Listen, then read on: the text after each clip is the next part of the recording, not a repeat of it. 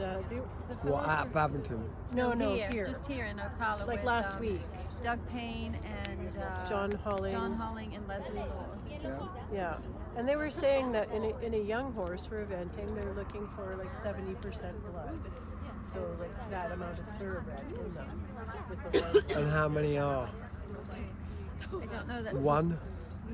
Yeah. So is the thoroughbred really the thing of the past? Do you think? I think it is. I think you do want as much thoroughbred as you can get, but I mean, if you're finding a horse with 70% thoroughbred, you are jolly lucky. They are not bred anymore. They're not competitive in eventing. They don't jump big enough. They don't move well enough. So it's becoming a dressage show then, is it? It is, but you know, you can train. The sad thing is that eventing has always been dominant. The cross country was always what it was about. Yeah. You did dressage and you did show jumping, but it was about the cross country. And the weight of the cross country has changed. Yeah. You no longer, the cross country day now only has one phase. It used to have four. Yeah. So you've got a different requirement. So you have a different horse, and it's much more important than that you have a moving horse who can jump and goes round the cross country than a cross country horse who moves well enough and jumps well enough to do eventing. It's no longer the priority. It always was.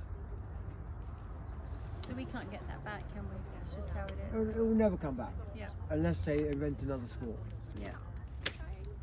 Just like the frangibles, because Yeah. that was supposed to be a safety thing, not a penalty, right? And now it's a penalty if you activate. Yeah, when a it came frangible. in, Yeah, it was not. That's not how it should have been. purely to save someone's life. Yeah. Yeah.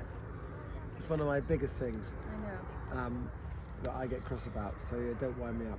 No, but I understand that because it was supposed to save the horse, not to penalise Yeah. the rider, because the horse activated it, and now.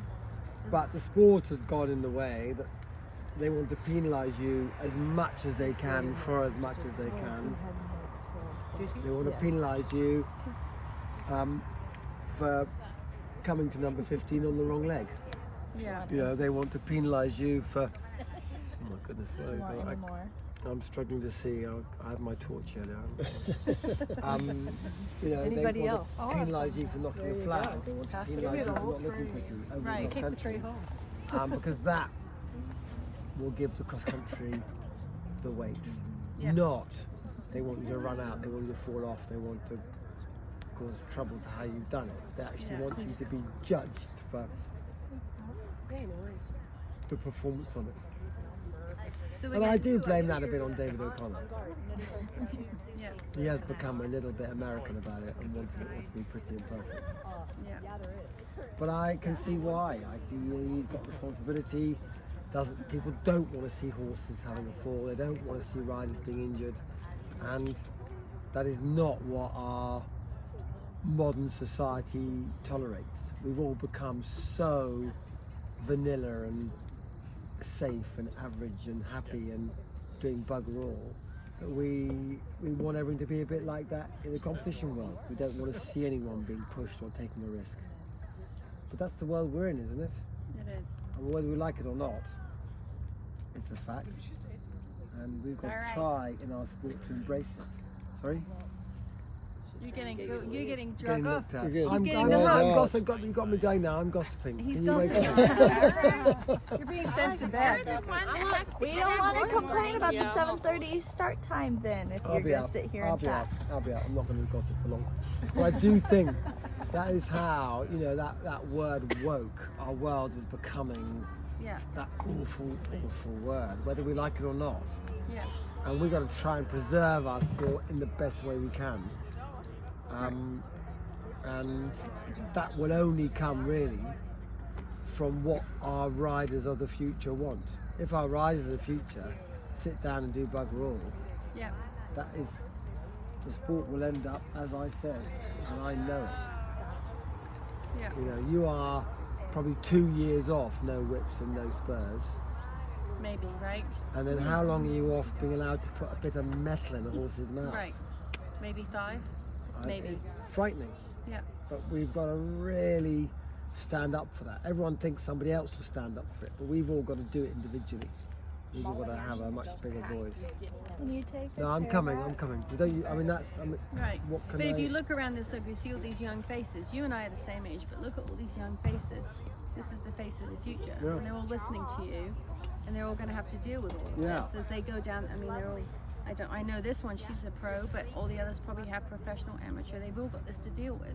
But they've all got to fight more than we like to. You know, we haven't had to fight very much. We've had opinions, we've had Right. responsibilities, but the next generation have actually got to bloody well fight a bit. Yeah. Not be nicey and let somebody else do it. They got to stand up and be counted and say, this is what we want, this is what we've got to have, we've got to make it. What do you think that fight looks like?